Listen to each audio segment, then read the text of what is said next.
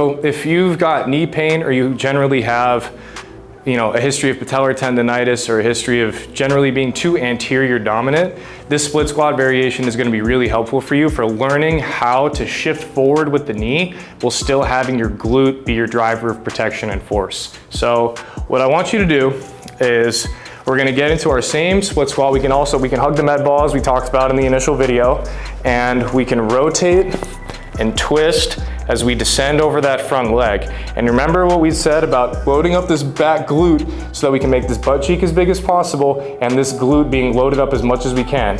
And then what we want to do is making sure that the glute is on the entire time and connected. We're going to start oscillating the knee forward and back, making sure that we never lose connection to that hip.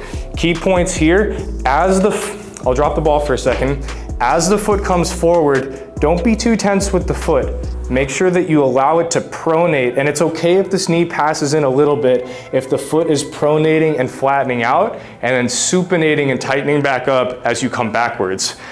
I want the foot to be mobile as the glute stays engaged. That is the key. So again, hugging the medicine ball, descending back, and into this split stance variation where we're loading up the hip.